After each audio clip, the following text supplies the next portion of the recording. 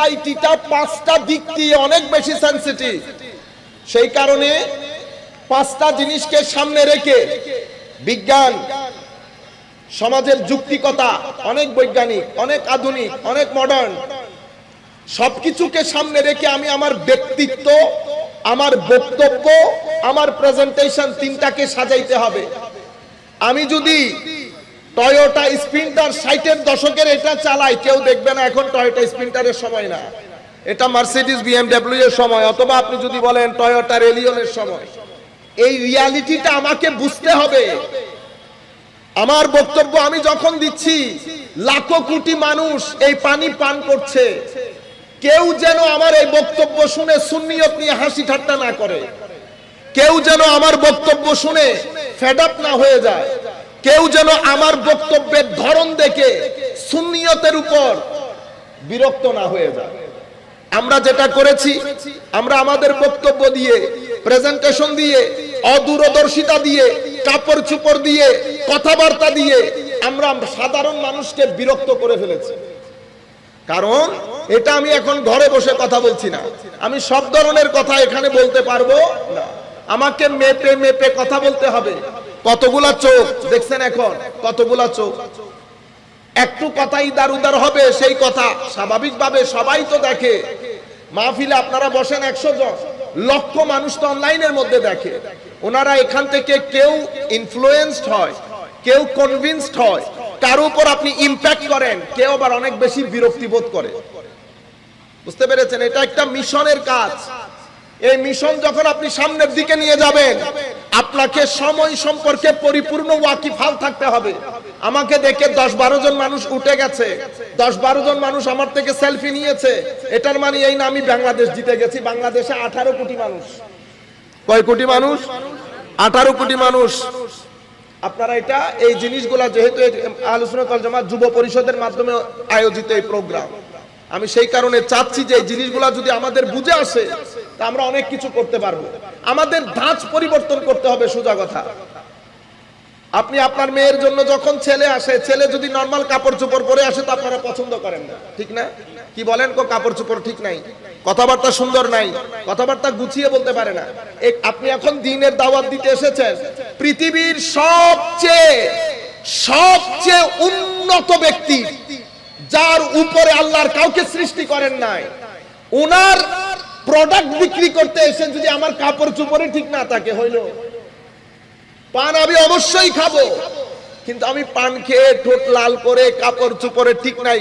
আমাদের নঈমী সাহেব হুজুরের স্টাইল দেখছিলেন? কাপড়ে চোপড়ে মনে হইতো না যে প্রত্যেকদিন আরেকটা একটু পরে আসছে।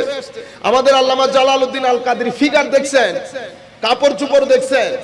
আমাদের আল্লামা হাশিমি সাহেব হুজুরকে দেখতে কেমন লাগতো? পুরো একটা ফেরেশতা বসেছিল না? তো আমরা এরকম হইতে হবে না। আমরা আমাদের বুজুর্গদের মতো, আমাদের যারা আকাবেরিন, ওনাদের মতো হইতে হবে না। কাপড়ে চোপড়ে, কথায় বার্তায়, এলম আখলাকে, তখন আমি মিশনের কাজ করতে পারবো। আমার নবীকে নিয়ে সাল্লাল্লাহু আলাইহি ওয়াসাল্লাম,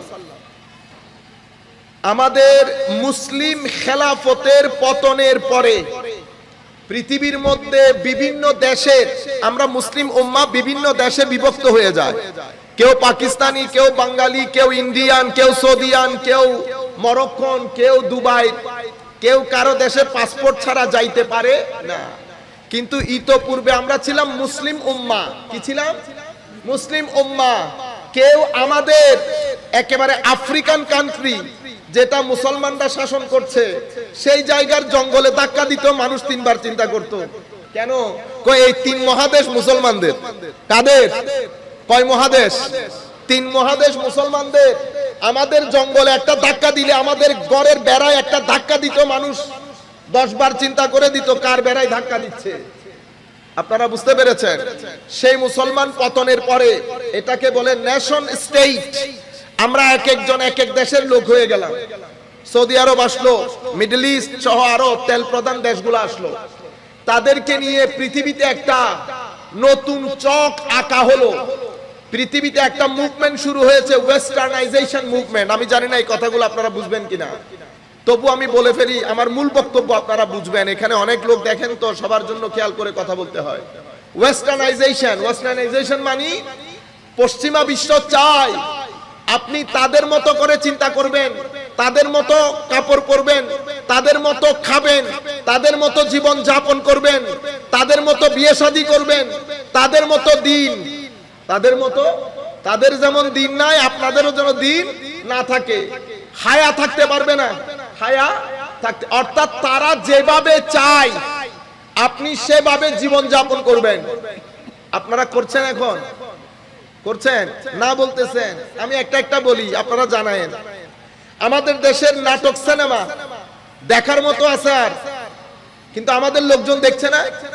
অনেক লোকজন না দেখলে কোটি কোটি টাকার ব্যবসা হয়। নাটক সিনেমার কাপড় আমাদের দেশের সাথে, আমার কালচারের সাথে, আমার ধর্মের সাথে, আমার মোরালিটির সাথে, আমার নীতি নৈতিকতার সাথে আমাদের দেশের নাটক সিনেমা যায় না। এটা হচ্ছে বিভিন্ন ধাপ, আপনি আস্তে আস্তে অগ্রসর হচ্ছেন। আমরা রাত দিন ঘরের মধ্যে, কাজ থেকে অফিস থেকে এসে ঘরের মধ্যে যখন ঢুকি, আমরা নাটক সিনেমা নিয়ে বসি না? রাতের 3:30 4টা পর্যন্ত করে আমরা এরপরে ঘুমিয়ে যাই। এটা মুসলমানদের রীতিনীতি ছিল না। আমাদের ঘরে আগে আমাদের মা বোনরা নামাজ, দোয়া, কোরআনের তিলাওয়াত সবকিছু করতো, এখন আছে নাই।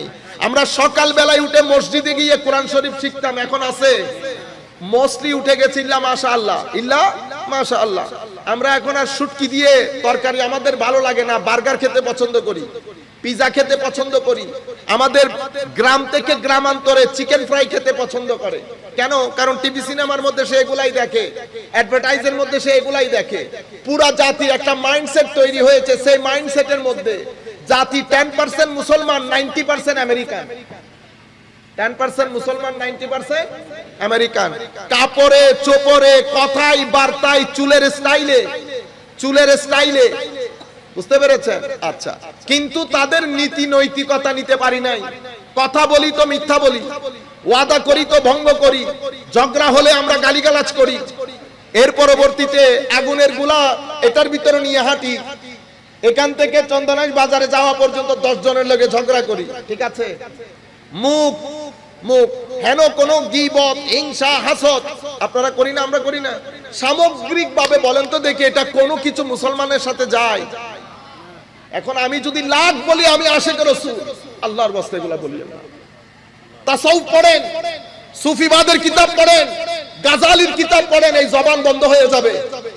আমাদের অসম্ভব দুঃখের বিষয়, এটা আমরা দুর্ভাগা, আমাদের কোন আহলে সুন্নাত ওয়াল জামাতের মাদ্রাসার মধ্যে সুলুক এবং তরিকত, তাসাউফের কোন কিতাব পড়ানো হয় না।